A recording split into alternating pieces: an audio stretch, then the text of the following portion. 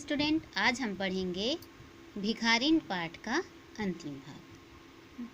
अभी तक आप लोगों ने पढ़ा कि जो भिखारिन है उसके बच्चे को बुखार था, तो वो उस बड़े आदमी के यहाँ, है ना, सेठ जी के यहाँ लाए। तो सेठ जी ने उसको पहचान लिया, उस बच्चे को, और अपना बच्चा है जान करके उसको अंदर ले गए और डॉक्टर बुलवाने भेजा, है ना। फिर अंधी खड़ी हो गई और चिल्लाने लगी, मेरे बच्चे को न ले जाओ, मेरे रुपये तो हजम कर गए, है ना। हजम कर गए मतलब खा गए, मेरे पैसे को धोखा दे दिए। अब क्या मेरा बच्चा भी मुझसे छीनोगे? सेठ जी बहुत चिंतित हुए और बोले, बच्चा मेरा है, यही एक बच्चा है, 7 वर्ष पूर्व कहीं खो गया था। सेठ जी बताते हैं कि ये बच्चा किसका है? मेरा है, और ये 7 वर्ष पहले कहीं खो गया था, अब मिला है।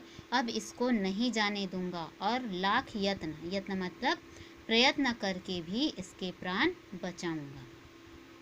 अंधी ने जोर से ठहाका लगाया। वो हंस पड़ी, है ना, क्योंकि इसी बच्चे के लिए जब वो पैसा मांग रही थी तो उसने पैसा नहीं है कहा। अब उसको पता चला कि ये उसका बच्चा है, तो तुरंत क्या कह रहे हैं कि लाख यत्न, है ना, लाख प्रयत्न करके भी इसके प्राण बचाऊंगा। तो हंसने लगी, तुम्हारा बच्चा है इसलिए लाख यत्न करके भी इसे बचाओगे? मेरा बच्चा होता तो उसे मर जाने देते, क्यों? यह भी कोई न्याय है?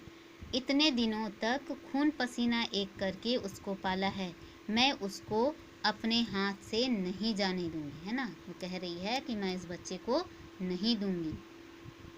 सेठ जी की अजीब दशा थी। कुछ करते धरते नहीं बनता था। कुछ देर वहीं मौन खड़े रहे, फिर मकान के अंदर चले गए। अंधी कुछ समय तक खड़ी रोती रही, फिर वह भी अपनी झोपड़ी की ओर चल दी। दूसरे दिन प्रातःकाल प्रभु की कृपा हुई और दवा के ने अपना जादू का प्रभाव दिखाया कि मोहन का ज्वर क्या है, उतर गया, है ना, उसका तबीयत ठीक हो गया।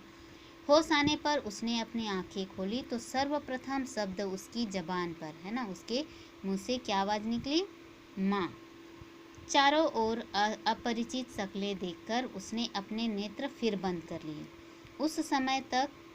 उस समय से उसका ज्वर फिर अधिक होना प्रारंभ हो गया, है ना। जब उसको होश आया तो वो आंखें खोला और किसको चिल्लाया? माँ को। लेकिन जब चारों तरफ अपरिचित मतलब जिनको हम नहीं पहचानते, हैं ना, उनका चेहरा देखा तो वो क्या है, फिर से बेहोश हो गया, आंखें बंद कर ली, और फिर उसका बुखार जो है वो और बढ़ने लगा। माँ की रट लगी हुई थी। डॉक्टरों ने जवाब दे दिया। सेठ जी के हाथ पांव फूल गए, चारों ओर अंधेरा दिखाई पड़ने लगा, है ना। क्या करूं, एक ही बच्चा है, इतने दिनों बाद मिला भी तो मृत्यु उसको अपने चंगुल में दबा रही है, इसे कैसे बचाऊं? अब उसके पास एक ही उपाय था, है ना। कौन सा उपाय था? सहसा उसको अंधी का ध्यान आया, क्योंकि अंधी ने उसको पाला था, है ना। उसको अचानक, सहसा मतलब अचानक, उसको अंधी का ध्यान आया।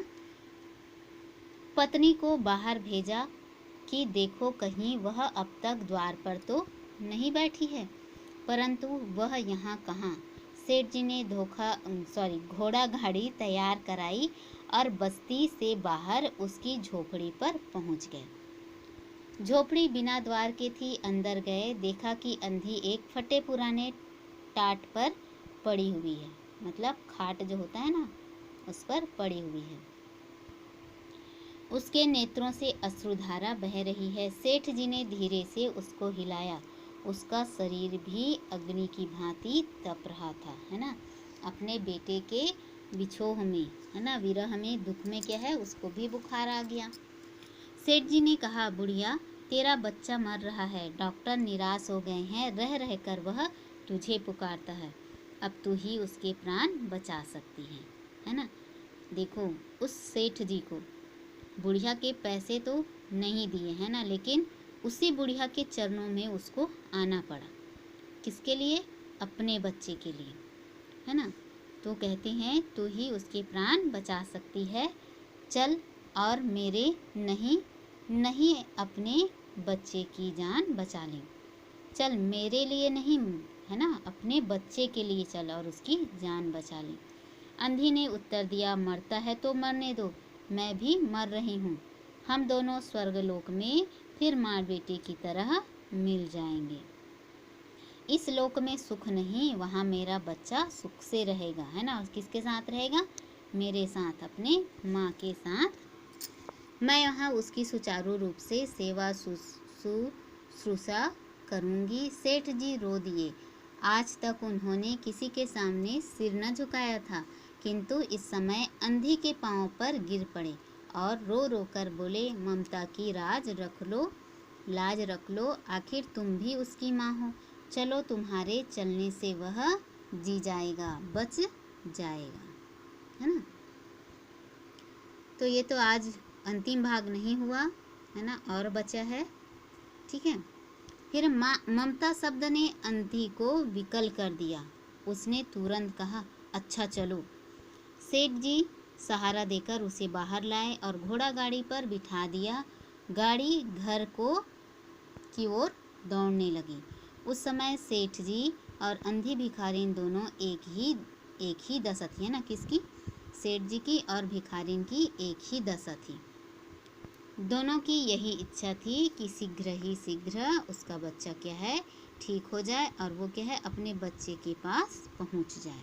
तो आज के लिए इतना ही।